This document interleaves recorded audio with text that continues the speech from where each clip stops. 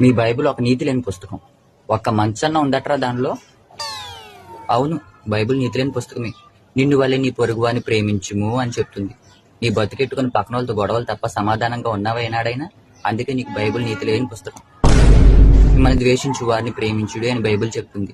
నీ మొహం ఎట్టుకొని పక్కనోడి మీద చాడీలు చెప్పకుండా ఒక రోజైనా గడిచిందిరా? అందుకే నీకు బైబిల్ నీతి లేని పుస్తకం. పేదలను కటాక్షించరా నాయన అని చెప్తుంది. పిల్లికి బెచ్చమైన మొహం నీది. ఎవరికైనా ఒక్క రోజైనా ఒక్క రూపాయి హెల్ప్ చేసావరా నువ్వు?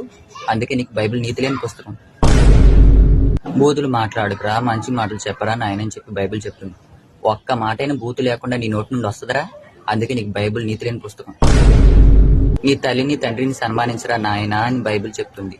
ఏనాడైనా నీ తల్లికి తండ్రికి ఒక ముద్దేసేవటరా? ఊరి మీద బలాదురుగా తిరగడం తప్ప. అందుకే నీకు బైబిల్ నీతి లేని పుస్తకం.